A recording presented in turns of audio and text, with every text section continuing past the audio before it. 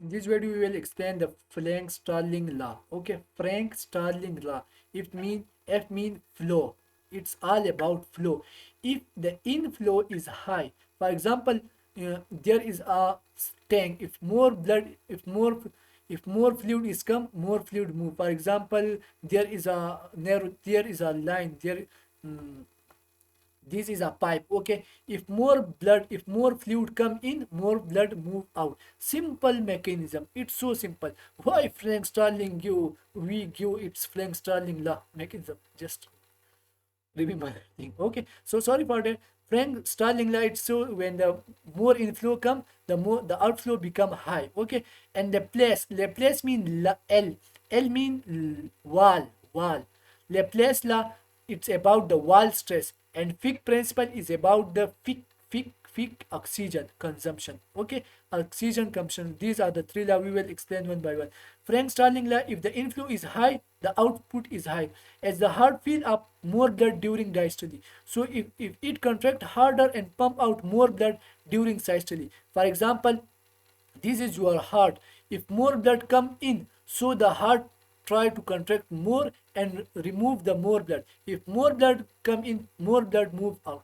Just simple mechanism is like this. Okay, up to limit. Now, for example, you can see that the force contraction depend on the number of myosin head bind to the actin. For example, number of myosin bind to the actin depend on the length of overlapping section. For example, it depend on the length of overlapping section.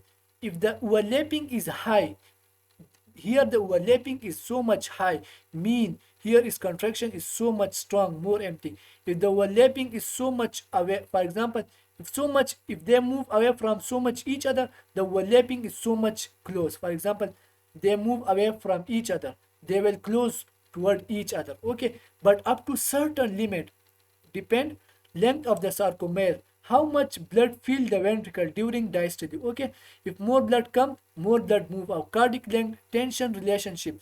First, you have to remember that this is actually tension, this is the length, this is actually the sarcoplasmic length.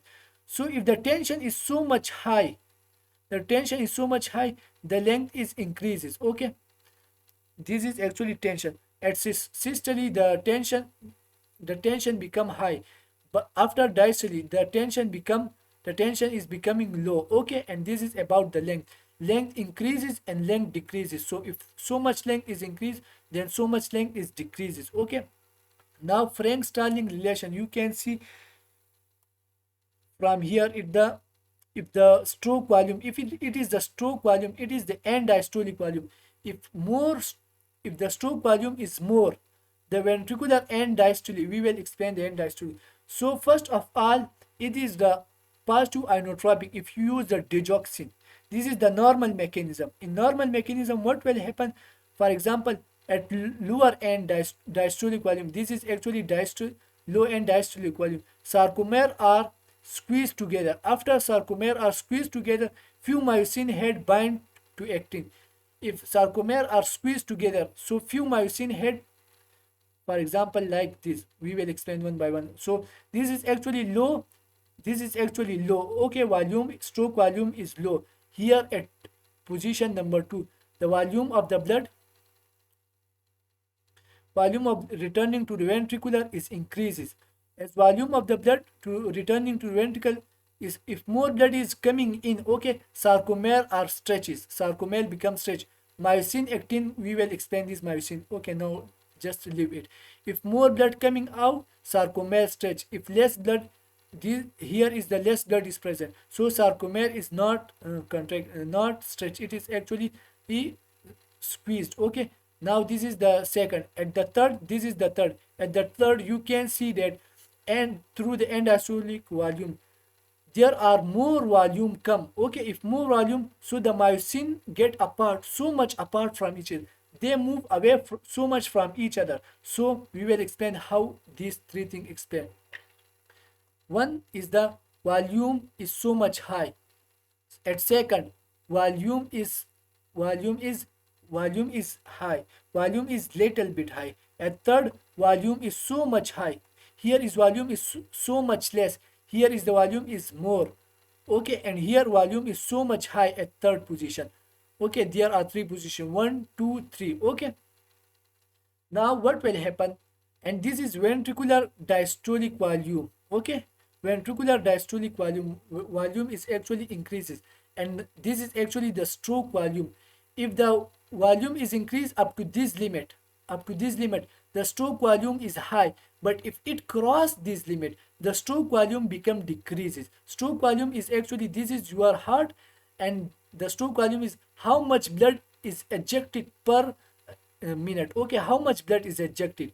So this blood depend on three things. Okay, if for example this is your heart, I again tell you, this is your atria, this is your ventricle. If blood moving in, okay, there, if more blood moving in, more blood move out. I will draw it in the red line, you can explain. If more blood move in, more blood move out. Okay, this is, so this is about stroke volume. But if less, if so much less blood come, so less blood move out. How? Because if less blood is come here, if less blood is come here, so you, if you zoom the myosin actin, okay, this is your myosin. Okay, we will draw, now we will draw the actin. Now this is the actin. So if it is so much squeezes, so there are the space between them is so much high, there is no binding, no things to bind, no myosin head are available to bind with it. Okay, I will explain in the diagram. Here is, I am not sure the diagram, but the thing is that, for example, these are the two things.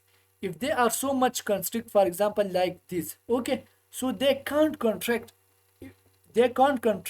to remove the blood. So if less blood move, less blood out. Now at when the more blood come in, okay, so these are far away from each other. Now these all side are available for this head. For example, now these all, for example, they are moved far away from each other. So these all side and these all side available for each other to make a cross bridge, to contract so much strong. Okay, but if they move away from each other, if the more blood at the third position, if more blood come out, so they will move away from, so far away from each other. If they are so far away from each other, so they can't contract, they can't move. For example, this is your actin, okay, and this is your myosin, this is your myosin.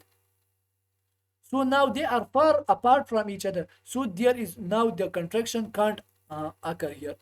Okay, if more blood come in, so they stretch so much far. Now the second thing is, we will explain the next thing. But if less blood move, less blood is moved, but that is normal value. Okay, so here now you can see that this all side and this all side is available for each other, and a strong contraction will occur here. But the second thing is, if less blood, if less blood is, if less blood is moved, so they are so much close toward each other, so this little area is available for contraction, so it contract so less. Okay, so you have to understand these three point that in the Frank-starling mechanism. Okay, this is actually a relationship of the Frank-starling mechanism. Okay, you don't need to just worry about it. Okay, another is also the thing is, for example, extrinsic signal is also come. For example, hormonal stimuli, medication, etc. also increase the positive inotropic agent. They also are positive inotropic agent because they also can increase the contractility strength of contraction, stroke volume increase, sympathetic nervous system, digoxin, etc.